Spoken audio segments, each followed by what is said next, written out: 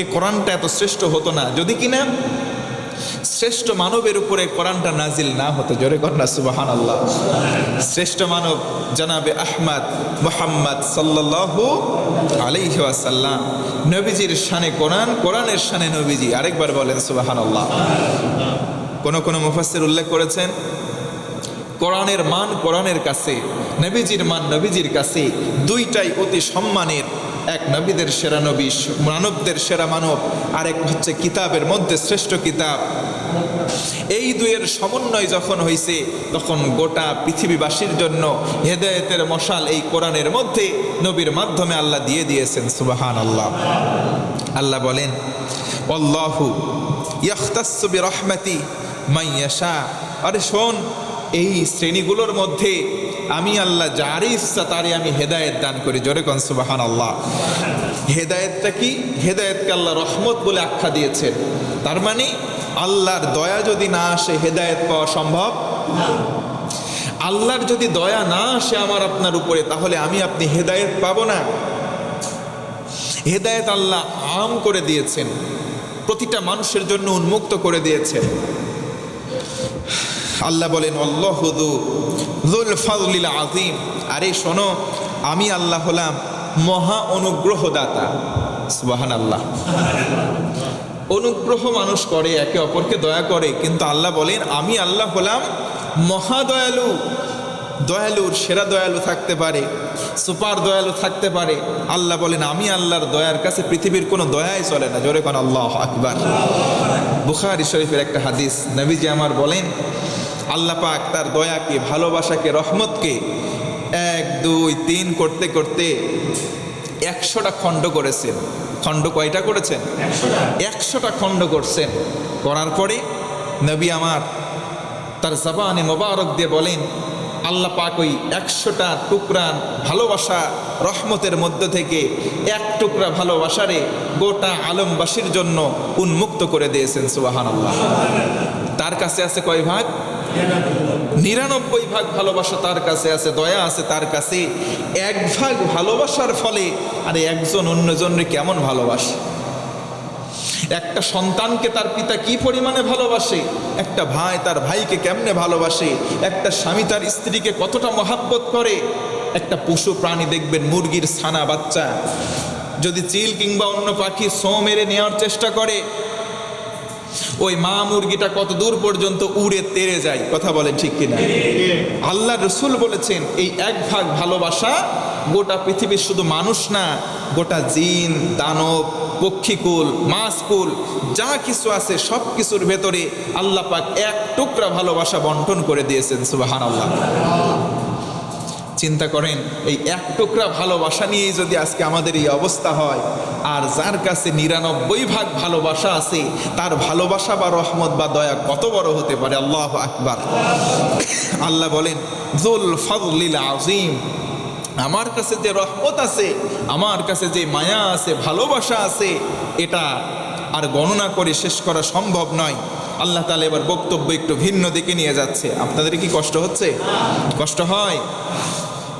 শীতের আমেজ চলে আসছে আলহামদুলিল্লাহ, গরমের ভাব অনেকটা কমে গেছে। গতকালকে আমাদের এলাকায় আকস্মিক অনেক বৃষ্টি হয়েছে। আপনাদের এলাকা হয়েছে কি? হয়েছে। আকস্মিক এত পরিমাণে বৃষ্টি হয়েছে, বিকেলবেলা পরে বের হয়ে দেখি পাশের গ্রামেই হয় নাই, আমাদের গ্রাম সহ আশেপাশে 3 গ্রাম আকস্মিক একবার হঠাৎ করে দুপুরের কিছু পর হঠাৎ ভ্যাপসা গরম তৈরি হলো। ও আল্লাহ, ভ্যাপসা গরম হইতে হইতে ভাষা মেঘ, এত পরিমাণে বৃষ্টি, পানি বেঁধে গেছে। বৃষ্টি দিতে পারেন কে? আল্লাহ। যখন যেখানে ইচ্ছা বৃষ্টি তিনি দিতে পারেন, আবার মুহূর্তের ভিতরে রোদ দিয়ে শুকিয়ে দিতে পারেন কে? আল্লাহ। তিনি হচ্ছেন সবচাইতে বড়। বলি আল্লাহু আকবার। তো আমাদের এই আবহাওয়ার যে এখন পরিবর্তন হচ্ছে, একটু সতর্কতা থাকতে হবে, সতর্কতা অবলম্বন করা লাগবে। বিশেষ করে মুরব্বী আর বিশেষ করে ছোট্ট সোনামণিরা, এই বাচ্চাগুলোকে আর মুরব্বীগুলোকে একটু সতর্কতা অবলম্বন করা লাগবে। কারণ এই সময় আবহাওয়ার এই এক্সচেঞ্জ অনেকে সহ্য করতে পারে না, শরীরের রোগ প্রতিরোধ ক্ষমতা কমে যায়। এই সময় ঠান্ডা গরম লেগে মানুষের জ্বর আসতে পারে। এই জন্য আমরা একটু সতর্কতা অবলম্বন করবো ইনশাআল্লাহ। আল্লাহ আমাদের সবাইকে যেন হেফাজতে রাখে, পড়েন আমিন। আজকে নভেম্বর মাসের কয় তারিখ? মাশাআল্লাহ 1 তারিখ। আজকে গোটা বিশ্বে একটা দিবস পালিত হচ্ছে, এটা হচ্ছে বিশ্ব যুব দিবস। যুবক জানা আছে বলো তো আজকে কি দিবস? যুব দিবস। এই যুব দিবসের প্রধান বা প্রতিপাদ্য বিষয় বা মেইন থিম হচ্ছে এবারে 2024-এ মাদক মুক্ত বেকার মুক্ত সমাজ চাই। সুবহানাল্লাহ করবেন না? কয়টা জিনিস মুক্ত? একটা মাদক আর 2 বেকারত্ব। আজকে যুবকদের ভিতরে এই 2টা জিনিস আছে না নাই? একটা সমস্যা আর একটা ক্রাইসিস। একটাকে সমস্যা বলা যাবে, আরেকটাকে ঘাটতি বলা যায়। যেমন কর্মসংস্থানের ব্যবস্থা আমরা সঠিকভাবে করতে পারছি না। তবে এই 2টা বিষয়ের উপরে কোরআন এবং সুন্নাহ এবং বাস্তবতার নিরিখে 2-1 মিনিট কথা বলি, কষ্ট হবে কি? যুব দিবস। আজকে আমাদের সমাজে যুবকদের দিকে তাকা। যুবকরা আজকে নেশাগ্রস্ত হয়ে রাস্তার ধারে পড়ে থাকে, এমনও চিত্র আমরা দেখছি। কথা বলেন ঠিক কিনা? যুবকরা যদি সচেতন হয়ে যায়, গোটা সমাজ সচেতন হতে বাধ্য হবে। আর যুবকরা যদি অধপতনের দ্বার প্রান্তে নিপতিত হয়, তাহলে গোটা সমাজটাই একেবারে ধূলিসাৎ হয়ে যাওয়ার সম্ভাবনা জেগে উঠবে। তাহলে যুবকদের অগ্রণী ভূমিকা পালন করার দরকার আছে না নাই? হযরতে আনাস রাদিয়াল্লাহু আনহু নবীজির খাদেম ছিলেন। হযরতে আনাস রাদিয়াল্লাহু আনহু নবীজির খাদেম ছিলেন। নবীজির প্রত্যেকটা হুকুম শুনতেন। নবীজি বলতেন এটা এনে দাও আনাস, আনাস দৌড়িয়ে সেটা এনে দিতেন। আনাস তুমি এটা করো, আনাস করতেন। একেবারে ছোট্টবেলায় তার মা নবীজির খেদমতে আনাসকে খাদেম বানিয়ে দিয়ে গেলেন। সুবহানাল্লাহ। একদিনে আনাস ছোট্টবেলায় নবীজি বলতেছেন, আনাস রে, আমি তো কামরার বাইরে আছি, কামরা থেকে আমার ওই চাদরটা নিয়ে আস। একটা পোশাকের কথা বললেন স্পেশালি, রেদা চাদর অথবা জুব্বা নিয়ে আসো তো আনাস। হযরত আনাস দৌড় দিলেন। রাস্তার মধ্যে গিয়ে দেখে বন্ধু বান্ধবরা সমবয়সী সবাই খেলা করতেছে। হযরতে আনাসের মাথা থেকে আউট হয়ে গেছে নবীজির আদেশ। আরে দোস্তরা খেলতেছিস? আনাসও তাদের সঙ্গে খেলায় মত্ত হয়ে গেল। লম্বা সময় অতিবাহিত হয়ে গেল। নবীজি অপেক্ষা, কি রে আনাস কি ভুলে গেল নাকি? নবীজি অন্য কাউকে অর্ডার না করে নিজেই বাড়ির দিকে রওনা হলেন। সুবহানাল্লাহ। গিয়ে দেখেন হযরতে আনাস খেলা করতেছে। নবীজির চোখে চোখ পড়ছে আনাসের। আনাসের তখন মাথায় আসছে, কি ব্যাপার, আমি না নবীজির হুকুমে আসছি একটা কাপড় আনতে, ওর কলিজা নাই, কলিজার সাথে নাই। নবীজি চলে আসছে, চোখে চোখ পড়ছে।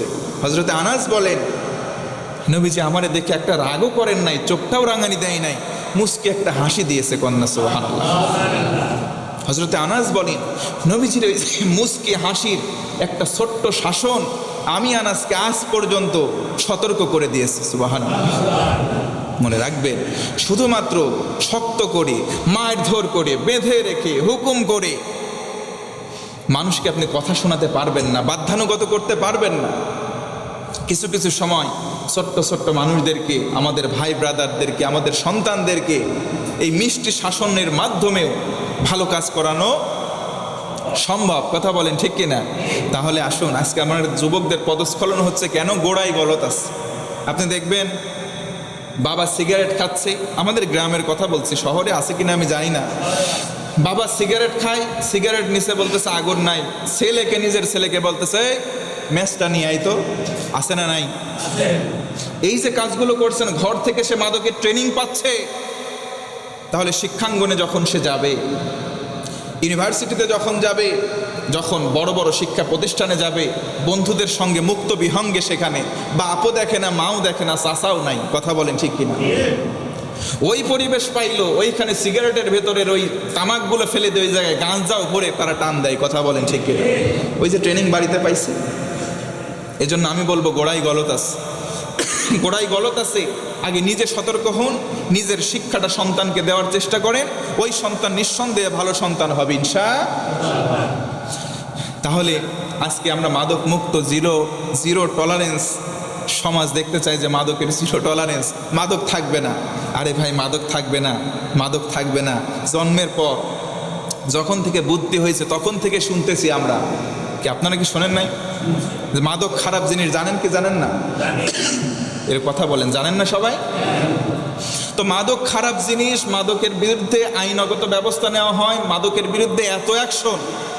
2024 সাল চলতেছে, বাংলাদেশে মাদক মুক্ত হয় না কেন? প্রশ্ন আছে কি আছে না? প্রশ্ন নাই যে এত বছর হয়ে গেল মাদক মুক্ত সমাজ কেন বিনির্মাণে আমরা ব্যর্থ হচ্ছি? একটা জিনিস মনে রাখবেন, যাদের অন্তরের মধ্যে আল্লাহর ভয় নাই তাদের দ্বারা সকল অপকর্ম করা সম্ভব। যারা দায়িত্বশীল আছে তারাই মাদকের বিরুদ্ধে বলতেছে মাদক জিরো টলারেন্স, আমরা মাদক মুক্ত দেশ গড়ব। ওরাই আবার দেখবেন ব্ল্যাকে মাদক পাচারের জন্য লাইসেন্স দিচ্ছে খোঁচায়, কলমের খোঁচায়। কথা বলেন ঠিক কিনা? তাহলে ওই মানুষগুলোর অপসারণ সময়ের দাবি। টাঙ্কির ভেতরে ইঁদুর মরছে, আপনি যদি ট্যাপ ফুলে ফেলে নতুন ট্যাপ লাগান, পানির মধ্যে গন্ধ থাকবে না যাবে? টাঙ্কির মধ্যে পড়ছে ইঁদুর, ওই ইঁদুরের গন্ধ ট্যাপ দিয়ে পড়বে। ট্যাপ যদি আপনি সোনার লাগান, সোনার বানানো ট্যাপ, তারপরে ইঁদুর মরা পচা গন্ধ পানির মধ্যে আসবে কি আসবে না? তাহলে আমাদের এখান থেকে শিক্ষা হচ্ছে এটাই, আমাদের মাথার মধ্যে আছে নোংরা, ওই নোংরামিটা আগে দূর করতে হবে ইনশাআল্লাহ। পড়েন, তাহলে দেখবেন সমাজের মধ্যে যেগুলো ট্যাপ আছে জায়গায় জায়গায় সবগুলো স্বচ্ছ এবং সুপেয় পানি বের হবে ইনশাআল্লাহ। বেকারত্ব নিয়ে একটু কথা বলি। নবী সাল্লাল্লাহু আলাইহি ওয়াসাল্লাম কর্মসংস্থান তৈরির ব্যাপারে বলেছেন, আরে চাকরি তো সবাই পাবে না, চাকরির আসন আছে 100টা। আজকে আমরা ছেলে পেলে বের হচ্ছি, বেকার বের হচ্ছে 1 লক্ষটা, আর বাকি 100 জনা চাকরি পাবে, বাকি জন কি চাকরি পাবে না? তাই বলে কি বসে থাকবে?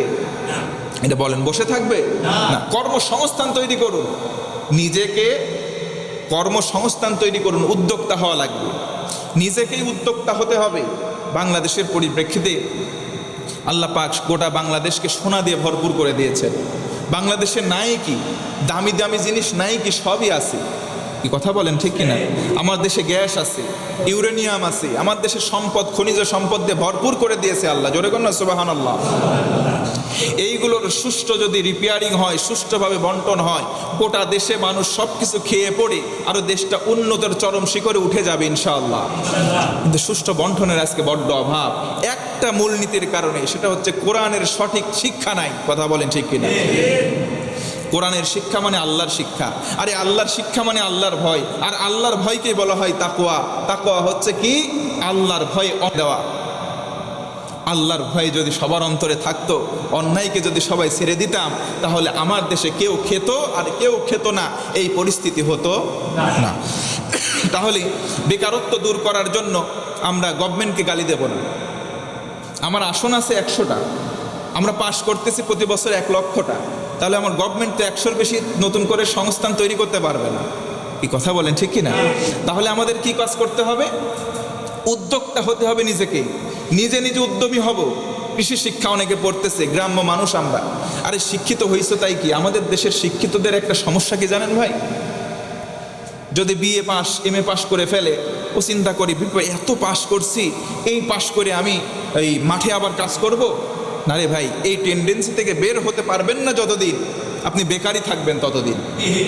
উন্নত দেশগুলোতে দেখেন, যারা কি পাস করছে না করছে ওইসব বিষয় নাই, কাজ করতে হবে। আল্লাহ রসুল বলেন, আল কাসিবু হাবিবুল্লাহ, যে ব্যক্তি কর্মঠ হয় সে স্বয়ং আল্লাহর বন্ধু হয়ে যায়। তাহলে আমরা কাজ করতে চাই না, শিক্ষিত হয়ে আমাদের ভাব বেড়ে যায়। ওরে সর্বনাশ! একটা ব্যক্তি প্র্যাকটিক্যাল, ধরেন কৃষক, সে কোনো শিক্ষাগত যোগ্যতা নাই, সে কাজ করতেছে জমিনে, যা উপকার করতে পারবে, উন্নয়ন করতে পারবে। একটা শিক্ষিত মানুষ যে এগ্রিকালচারের উপর লেখাপড়া করছে, সেই ব্যক্তি যদি শিক্ষার ওই প্রয়োগটা বাস্তবার্থে মাঠে ঘটায় বা ফলায়, তাহলে ওই প্র্যাকটিসিং কৃষকের থেকে এই শিক্ষিত কৃষকের মাধ্যমে উন্নয়ন সম্ভব বেশি। কথা বলেন ঠিক কিনা? তাহলে আজকে কেন আমরা উদ্যোক্তা হচ্ছি না, আমরা উদ্যমী হচ্ছি না? অন্য দেশের মানুষগুলো উন্নয়নের চরম শিখরে যাচ্ছে, তার প্রথম কারণ হচ্ছে তাদের ভিতরে লজ্জা নাই। কাজের ক্ষেত্রে লজ্জা আমাদের মধ্যে এটা বেশি আছে, এখান থেকে বের হওয়ার দরকার। কথা বলেন ঠিক কিনা? কাজের ক্ষেত্রে কোনো লজ্জা নাই। আজকে যুবক যুবতী সমাজে এত পরিমাণে অলস হয়ে যাচ্ছে, বিশেষ করে এই মোবাইল ফোন পেয়ে আমাদের যুবকরা পাবজি গেম, ফ্রি ফায়ার এই গেমে আসক্ত হয়ে পড়ছে। তারা ওই সব সময় কোথায় পড়ে থাকবে? দেখবেন বাড়িতে ওয়াইফাই বাবা কেটে দিচ্ছে, পাড়ার মধ্যেও এমন দোকানে আছে ওয়াইফাই, দেখবেন দোকানের পিছনে লাইন ধরে বসে আছে সন্ধ্যার পর। কথা বলেন, আছে না নাই? আমাদের আশেপাশে দেখতেছি তো। ওই যুবকগুলা কি করে দেখবেন যে হাতের মধ্যে আবার কি পড়ছে, করে এরকম করে মার মার মার মার মার এরকম করে। যখন এই কথাগুলো বলবে, যারা বাপ চাচা বড় ভাই আছেন, গিয়ে দিবেন পিঠের উপরে একটা, মার মার করতেছে ওর পিঠের উপরে দিবেন, দেখবেন যে ঠিক হয়ে যাবে ইনশাআল্লাহ। পড়েন, উন্নত দেশগুলো উন্নত হচ্ছে আর আমরা অনুন্নত দেশগুলো আরও নিচের দিকে যাচ্ছি। আমি মনে করি আমাদের ইগো থেকে বের হওয়া দরকার। ইনশাআল্লাহ বলবেন না?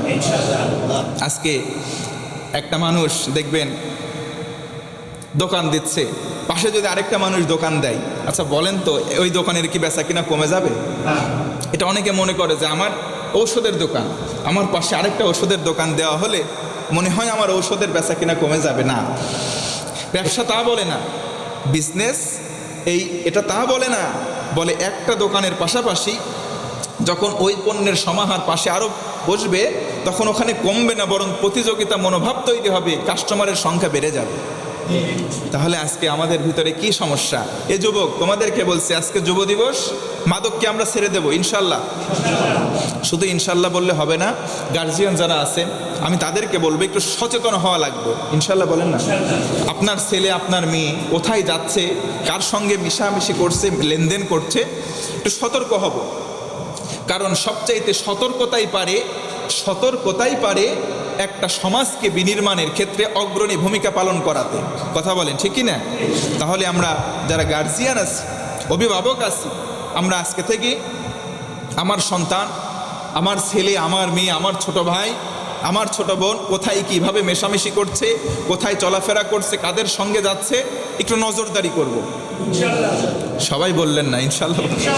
আমরা একটু নজরদারি করব, কারণ আজকে আমাদের সমাজের অবক্ষয় হচ্ছে এই মাদকের কারণে। এই মাদকের অনেক কুফল আছে। আমার যদিও সাবজেক্ট সেদিকে না, ওইদিকে যাচ্ছি না, আমরা মূল কথা বলি। এই যুব অধিকার রক্ষায় আমাদের আজকে মাদক থেকে আমরা বের হয়ে একটা সুন্দর মাদক মুক্ত সমাজ চাই ইনশাআল্লাহ। আল্লাহ যেন দান করে, পড়ে না আমিন। 2 নম্বর যে কথা বললাম, বেকারত্ব। এই বেকারত্বের ব্যাপারে আমাদের অগ্রণী ভূমিকা। আমাদের শিক্ষা অর্জন বেশি হয়ে গেছে মর্মে মাঠে কাজ করতে পারবো না, শিক্ষা অর্জন বেশি হয়ে গেছে মর্মে আমরা উদ্যোক্তা হতে পারবো না, এই ধারণা বের হতে হবে। অনলাইনে এখন বিজনেস করা যায়, ফেসবুকে পেজ খোলার মাধ্যমে বিজনেস করা যায়। কিছুদিন আগে একটা সংবাদ মাধ্যমে টেলিভিশনের খবরে দেখলাম, রাজশাহীর বরেন্দ্র একটা প্রাইভেট ইউনিভার্সিটি থেকে সেই ছেলেটা মাস্টার্স শেষ করছে, করার পরে কোনো কাজ পায় নাই। কয়েকবার চাকরিতে চেষ্টা করছে, পাই নাই, কিন্তু লেখাপড়ার হাল ছাড়ে নাই। লেখাপড়া করতেছে, একটা মেসে থাকে, বাড়ি তার চাঁপাইনবাবগঞ্জ, রাজশাহী শহরে থাকে। সে অনলাইন দেখে দেখে ঝালমুড়ি বানানো শিখছে। কি মুড়ি? ঝালমুড়ি বানানো শিখছে। সে নিজে একটা ভ্যানের উপরে সুন্দর করে ঘর বানাইছে, ভ্যান, ওইটার মধ্যে ঝালমুড়ির একটা মিক্সিং কিছু মশলা তৈরি করছে। সে শুধুমাত্র বিকেল থেকে রাত্রি 10টা পর্যন্ত মাত্র 4-5 ঘন্টা ঝালমুড়ি বিক্রি করে দৈনিক। আর সারা রাত সারাদিন অন্য সময় পড়াশোনা করে কাটায়, চাকরির জন্য চেষ্টা চালাচ্ছে, এদিকে আবার বাড়িও তার অর্থের মাধ্যমে তার বাড়ি বা পারিবারিক যে সাংসারিক খরচ সেটাও মিটাচ্ছে। সুবহানাল্লাহ পড়ে। তাহলে এই ব্যক্তিটার সম্মান কি কমে গেছে ভাই?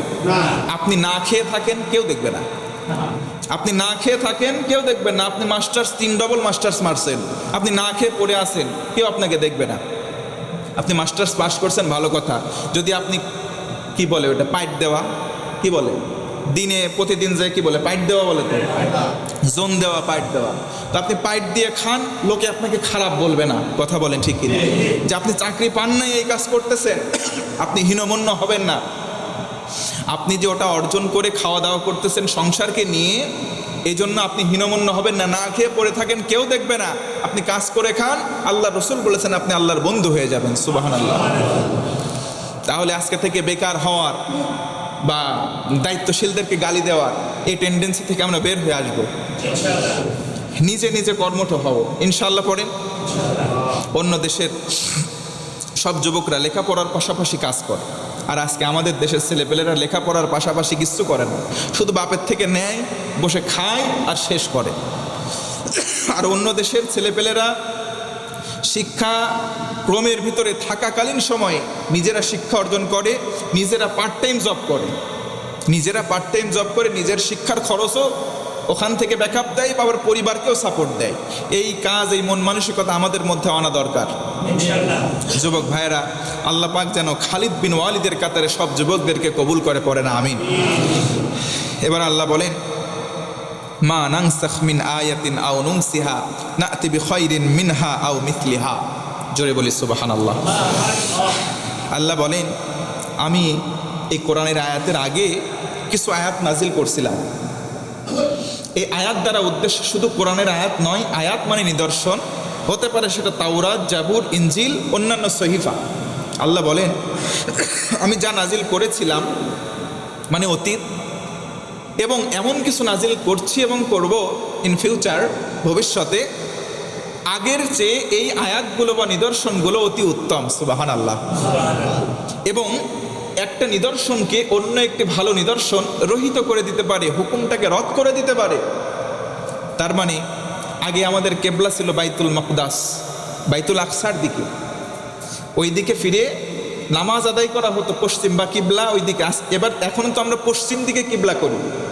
কিবলা আমাদের এখন কোন দিকে বলে না সবাই? আচ্ছা, আমাদের পশ্চিম দিকে। যারা কাবা ঘরের পূর্ব সাইডে আছে তাদের কেবলা কোন দিকে? মাশাআল্লাহ। তাহলে কাবা ঘর, আমি রূপক, এই যে ধরেন কাবা ঘর, আমি মিসাল দিচ্ছি, দিক আছে কয়টা? তাহলে আমরা আছি যেই পাশে, আমাদের দিক থেকে পশ্চিম দিকে হচ্ছে কেবলাটা, কাবাটা কোন দিকে? তাহলে এই দিকে যারা আছে তাদের এই দিকে, এই দিকে যারা আছে তাদের জন্য এই দিকে, এই দিকে যারা আছে তাদের জন্য। সুবহানাল্লাহ পড়বেন না? কাবা ঘর যারা গিয়েছেন আলহামদুলিল্লাহ, আমরা যেন সবাই যেতে পারি, আল্লাহ তৌফিক দাও। দেখবেন ওই জায়গায় কোনো কেবলার ইয়ে নাই, চারিদিক থেকে মানুষ গোল হয়ে নামাজ আদায় করতেছে। জোরে কন্যা সুবহানাল্লাহ। তো এই কাবাটা আমাদের জন্য কেবলা ছিল না আগে, কেবলা ছিল বাইতুল আকসা, যেটা কোথায়? জেরুজালেমে, ফিলিস্তিন। কোথায়? ফিলিস্তিনে। ওটা কিন্তু আমাদের মুসলমানদের, আল্লাহ যেন আবার আমাদের নিয়ন্ত্রণে দিয়ে দেয়, পড়ে না আমিন। এখনও এটা নিয়ে বিবাদমান মীমাংসা এখনও কিন্তু মেটে নাই। জুমার দিনেও বর্বরচিত হত্যাযজ্ঞ ওখানে চালানো হচ্ছে, অন্যান্য ধর্মীয় যে কোনো অনুষ্ঠানের দিনে গুলি করে মুসল্লিদের হত্যা করা হচ্ছে। আল্লাহ পাক, আমরা তোমার কাছে ফরিয়াদ করি, আমাদের ঐতিহ্য, আমাদের পূর্ব কেবলা আমাদের হস্তগত করে দাও, পড়ে না আমিন। তো আল্লাহ পাক যখন নবীজির মনের আকুতিটা দেখলেন, ওইটাকে মাইনাস করে, নাসাখ করে আল্লাহ পাক এই কাবাটাকে আমাদের জন্য কেবলা বানালেন। জোরে কোন সুবহানাল্লাহ। তার মানে বোঝা গেল, আল্লাহ অতীতে কিছু ঐতিহ্য, কিছু নিদর্শন এমন রেখেছেন যেগুলো ইন ফিউচার বা পরবর্তীতে এসে ওই আয়াতের মাধ্যমে বা নিদর্শনের মাধ্যমে ওইটাকে রহিত করে এইটাকে প্রাধান্য দিয়েছেন। তার অন্যতম জ্বলন্ত উদাহরণ হলো তাওরাত, জাবুর, ইনজিল। কয়টা?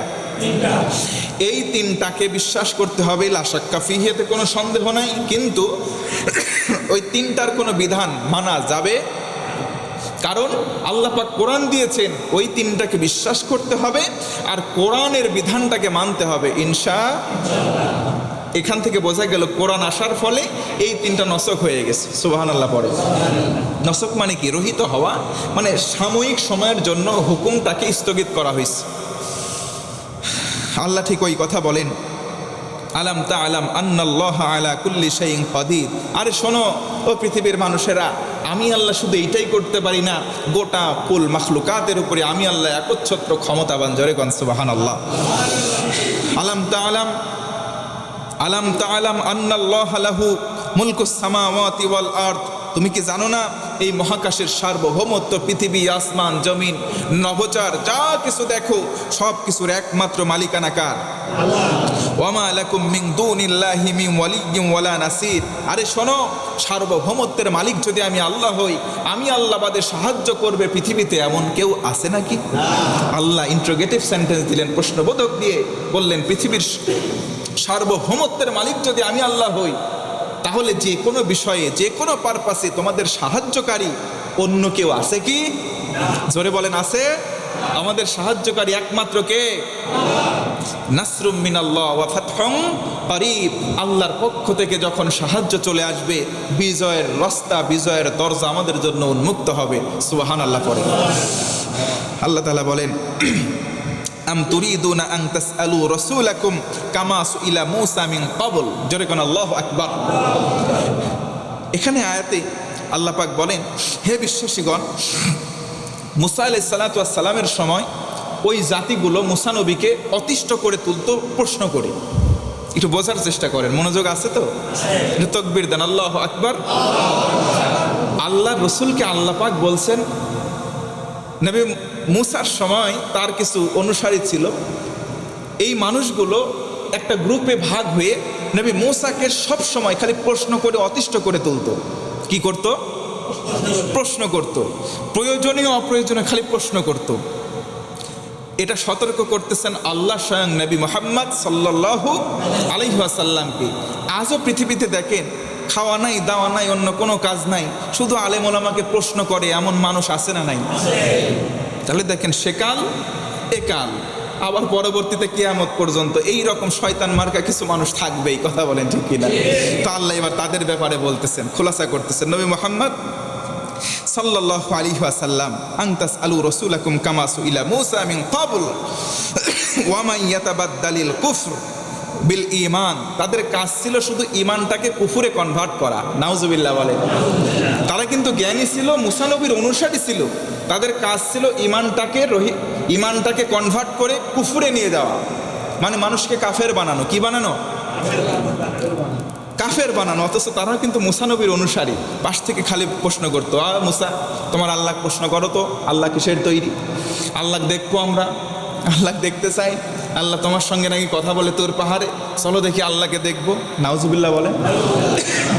একটা দল তো এক সময় এসে মূসা নবীকে বললো, মূসা তোমার আল্লাহকে আমরা দেখবো, না হয় কথা বলবো, যদি তোমার আল্লাহ দেখতে পাই কালেমা পড়ে মুসলমান হব, তোমার কাছে ঈমান আনবো, আর যদি তোমার আল্লাহর সঙ্গে আমাদের সাক্ষাৎ না করাইতে পারো আমরা কালেমাও পড়বো না, আল্লাহর প্রতি ঈমানও আনবো।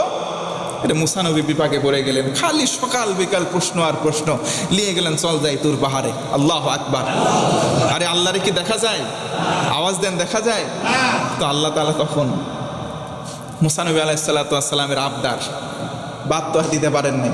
ঠিক আছে, কেবলমাত্র যেই পর্দার এপাশে থাকে মূসা নবী আর ওপাশে আল্লাহর নূর থাকে, ওই পর্দার কাছাকাছিও না, অনেকটা দূর, একটুখানি মুফাসসিরিনে কেরাম উল্লেখ করেছে, ওই পর্দার একটুখানি বাতাসে এরকম নড়ে উঠছে, যেই তাজাল্লিটা ছুটে আসছে, ওই মানুষগুলো সবাই মারা গিয়েছে। জোরে কোন আল্লাহু আকবার। ওই মানুষগুলো একটু নূরের তাজাল্লির ছটাও কিছুই হয় নাই, তুলনামূলক 100% হয় নাই, জায়গায় মারা গিয়েছে। জোরে কোন আল্লাহু আকবার। যদিও আল্লাহ পাক আয়াত নাজিল করে পড়ে নবীজিকে জানালেন, তাদেরকে আমি আবার মূসা আলাইহিস সালামের অনুরোধে আবার জীবন দান করেছিলাম। জোরে কোন সুবহানাল্লাহ। তারা সেখান থেকে ফিরছে বটে, কিন্তু একটাও ঈমান আনে নাই, সবগুলা বেঈমান হয়ে গেছে। নাউজুবিল্লাহ বলে। এজন্য সবাইকে জ্ঞান দেখানোর প্রয়োজন নাই, সবাইকে জ্ঞান দেখানোর প্রয়োজন নাই। প্রশ্নকারী, এরকম উল্টাপাল্টা প্রশ্নকারী সমাজে ছিল, আছে, থাকবে। তাদেরকে জ্ঞান প্রমাণ করানোর দরকার নাই, কারণ তারা ঈমান আনবে। আল্লাহ বলেন তাদের কাজ ইয়াতাবাদ্দালিল কুফরি বিল ঈমান, তারা ঈমানটাকে বদল করবে, কনভার্ট করবে, কুফরের দিকে নিয়ে যাবে। তাদের কাজই হচ্ছে এটা, আলেম ওলামাদেরকে প্রশ্ন করে অপমান করা, আর ইমানদার মানুষদের ভিতরে ঘোরপাক লাগাইয়ে দিয়ে তাদের ঈমান থেকে খারিজ করে বলবে না হুজুররা বেশি ভালো না, হুজুরে দ্বন্দ্ব, এই সেই। এদের কাজ হচ্ছে এই রকম খোঁজ নিয়ে দেখবেন তাদের মাথার উপরে এই যে আল্লাহ পাক বলেন ইয়াতাবাদ্দালুল কুফরি বিল ঈমান, তাদের মাথার উপরে বা মাথার মধ্যে টেন্ডেন্সি হচ্ছে মানুষদেরকে ঈমান ছাড়া করে কেমনে কুফরের ভিতরে নিয়ে যাওয়া যায়। নাউজুবিল্লাহ। আল্লাহ এবার বলেন ফাকাদ দাল্লা সাওয়া আস-সাবিল, আরে তারা তো নিজেরা পথভ্রষ্টতার ভিতরে রয়েছে, তারা নিজেরা পথভ্রষ্টতার মধ্যে রয়েছে, মানুষদেরকেও পথভ্রষ্ট করার পায়ে তারা চালিয়ে যাচ্ছে। জোরে কর নাউজুবিল্লাহ। আল্লাহ বলেন ওয়াদ্দা কাসীরাম মিন আহলিল কিতাবি লাউ ইয়ারুদ্দুনাকুম মিন বাদি ঈমানিকুম কুফফারা। আল্লাহ তাআলা বলেন সুস্পষ্টভাবে সত্য সম্পর্কে অবহিত হওয়ার পরেও স্বার্থপরতার কারণে রাগান্বিত হয়ে কিছুমাত্র জ্ঞানী মানুষ তোমাদেরকে বিশ্বাস থেকে বিচ্যুত করে সত্য থেকে মিথ্যার দিকে ধাবিত করে তাদের দলে নিতে চাই। জোরে কর নাউজুবিল্লাহ। আমার মনে হয় কথাগুলো বুঝতে পেরেছেন। তার মানে তারা জ্ঞানীদের এক অংশ উল্টাপাল্টা প্রশ্ন করে, জ্ঞানীদের এক অংশ উল্টাপাল্টা নবীকে প্রশ্ন করে এক শ্রেণীর মানুষদেরকে তাদের দলে ফিরাতে চাই।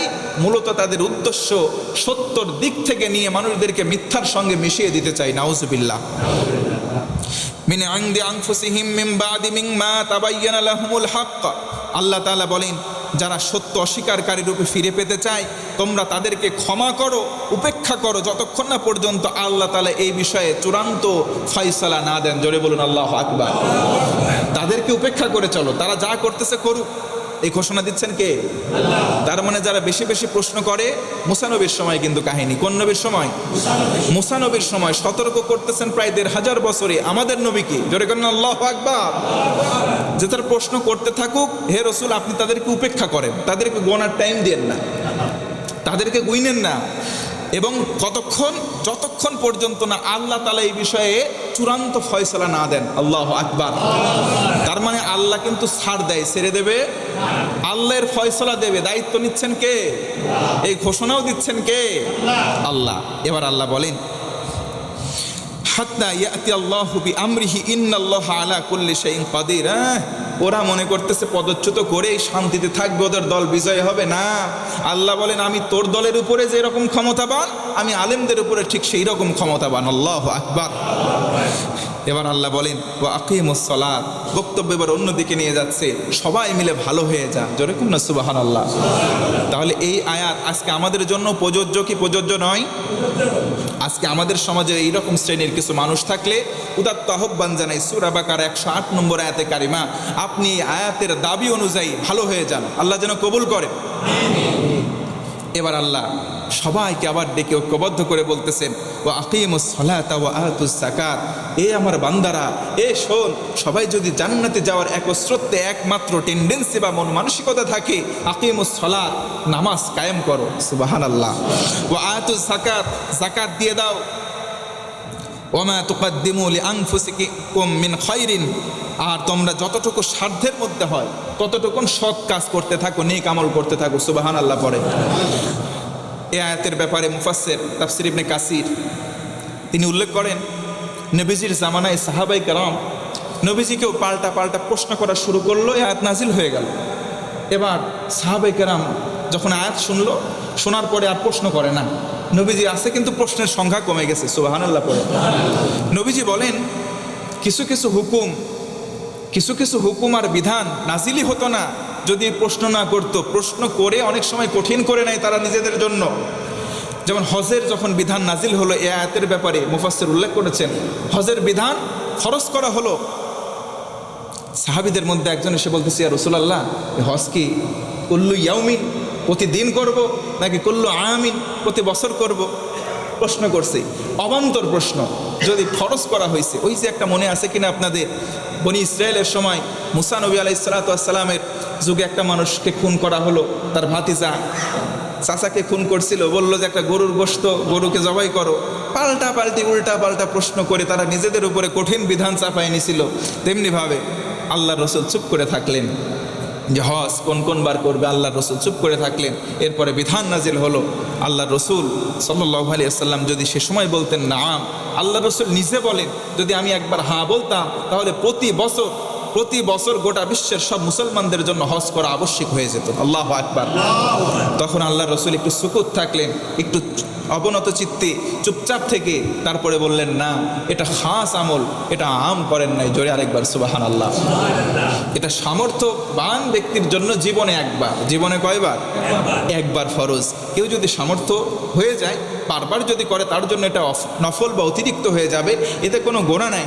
কিন্তু সামর্থ্যবানদের উপরে তার লাইফের মধ্যে, জীবনের মধ্যে, জীবদ্দশার মধ্যে ফরজ কয়বার?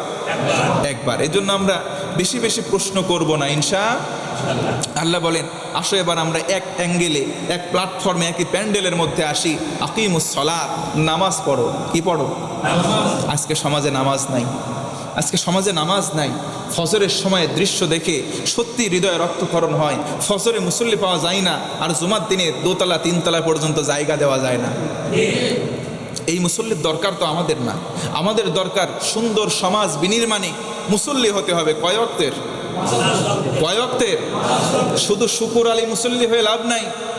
আজকে যারা আসছে অন্য সপ্তাহে, সারা সপ্তাহ যারা নামাজ পড়ে না, আমি তাদের নাম দিয়েছি শুকুর আলী। কারণ নাম থাকলে রাগ করেন না। শুকুর আলী মানে শুক্রবার আসলে নামাজ পড়ে তারা, শুধুমাত্র শুক্রবারে নামাজ পড়ে, এদের নাম আমি শুকুর আলী দিছি।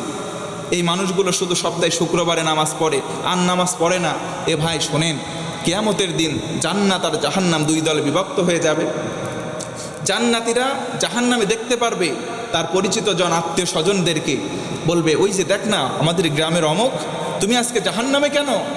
ফি জান্নাতি ইয়াতাসাআলুন আনিল মুজরিমিন মা সালাকাকুম ফি সাকার।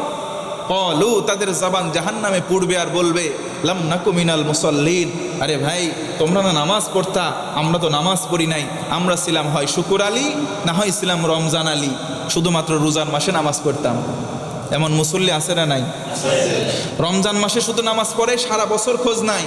ওদের জ্বালায় আবার নিয়মিত যারা নামাজ পড়ে সামনের কাতারে, রোজার মাসে তারাবিতে আসলে সামনের কাতারে আগের মুসল্লিরা জায়গাই পায় না। আবার দেখবেন কিছু মুসল্লি আছে বরাত আলী, ওই যে শবে বরাতের রাত্রে শুধু নামাজ পড়ে, সারা বছর নামাজ নাই। আরেক শ্রেণীর মানুষ আছে কদর আলী, সবে কদরে যায়।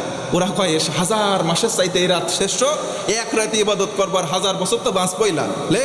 আল্লাহু আকবার। ধান্দাবাজ মুসল্লি আছে না নাই? ভাই, আল্লাহর সঙ্গে কিন্তু মকর করে পারা যাবে না। আরেক শ্রেণীর মুসল্লি আছে, তাদের নাম আমি দিছি ঈদ আলী। সারা বছর নামাজ নাই, জুমাও পড়ে না, রোজাও করে না।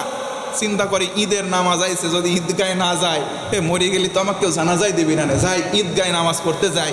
এদের নাম দিয়েছে আমি ঈদ আলী। এই মুসল্লিদের নাম 5টা হয়েছে। কয়টা? শুকুর আলী, কনকি আলী, রমজান আলী, বরাত আলী, কদর আলী আর ঈদ আলী। আমি হাসির খোরাকি দেই নাই, মিলে দেখেন 5 শ্রেণীর মুসলমান মুসল্লি এই জায়গায়ও আছে। আল্লাহ আমাদের 5 ওয়াক্ত মুসল্লি হিসেবে যেন কবুল করে, পড়ে না আমিন। আল্লাহ বলেন ওমা তুকাদ্দিমু লিআনফুসিকুম মিন খায়রিন তাজিদু ইনদাল্লাহি ইন্নাল্লাহা বিমা তা'মালুনা বাসীর। তোমরা নামাজ পড়ো, যাকাত দাও, আর সাধ্যে যতটুকু আছে ততটুকু নেক আমল করো। আল্লাহ কিন্তু চাপায় দেয় নাই। আল্লাহ কারো সাধ্যের বেশি তার উপরে চাপায় দেয় নাই। আমার বোঝা আমি 1 মণ নিতে পারবো, আল্লাহ আমার 1.5 মণ দেবে না। সুবহানাল্লাহ বলে। আল্লাহ বলতেছেন তোমার নিজের অ্যাবিলিটি অনুযায়ী তুমি নেক কাজ করো। তোমার যোগ্যতা নাই 80 রাকাত নফল নামাজ পড়ার, তাহাজ্জুদ পড়ার, ফজরে তুমি ঘুম থেকে উঠে তোমার যাই নামাজ খোঁজার অ্যাবিলিটি নাই, তুমি যেই জায়গায় পাও ওই জায়গায় নামাজ পড়ো। 2 রাকাত 4 রাকাত সকালে পড়ে নাও, তাহাজ্জুদ না পড়লেও সমস্যা নাই, কারণ তোমার শরীরে কুলাচ্ছে না। আল্লাহ বলতেছেন সামর্থ্য অনুযায়ী তুমি নফল ইবাদত করো। জোরে কোন সুবহানাল্লাহ। পকেটে টাকা আছে 10 টাকা, 1 টাকা দান করলে আপনার ক্ষতি নাই। আপনার সামর্থ্য আছে, আপনি 1 টাকা দিয়ে দেন। একজনের 1000 টাকা আছে, সেও যদি 1 টাকা দেয়, আপনার 10 টাকা থেকে 1 টাকা দিলেন। এই 10 টাকা থেকে 1 টাকা দেনেওয়ালার দাম এবং মর্যাদা আল্লাহর কাছে বেশি হয়ে যায়। সুবহানাল্লাহ। শেষ কথা, আল্লাহ বলেন আল্লাহ তোমাদের সব কাজের প্রত্যক্ষদর্শী, দ্রষ্টা। তার মানে আল্লাহ সবসময় অবজার্ভিং, সবসময় আমাদেরকে দেখতেছে। আয়াত কি? প্রত্যক্ষ করতেছে, একবারে সরাসরি লাইভ দেখতেছে আমাদেরকে কেউ দেখতেছে না। দেখেন কে? আরে আল্লাহ নিজে বললেন আয়াত নাজিল করে। আজকে 110 পর্যন্ত থাকলো। আল্লাহ বলতেছেন তোমরা যা কিছু করো না কেন আমি সরাসরি তোমাকে দেখতেছি। সুবহানাল্লাহ পড়ে। আল্লাহকেও আমরা দেখতে চাই, তবে আমরা দেখতে পারবো না। কিয়ামতের পরে যদি জান্নাতে যাই, জান্নাতীদের সবচাইতে উচ্চ আকাঙ্ক্ষার, সবচাইতে বড় প্রাপ্তি আল্লাহকে দেখতে পাওয়া। সেদিন আমরা আল্লাহকে যেন দেখতে পাই, পড়ে না আমিন। একটা কথা বলে আজকের আলোচনা শেষ করি। আল্লাহ বলেন ওয়াসজুদ ওয়াক্তারিব, বান্দা তুই আমার সিজদা দে, আমি আল্লাহ তোর কাছে চলে যাব।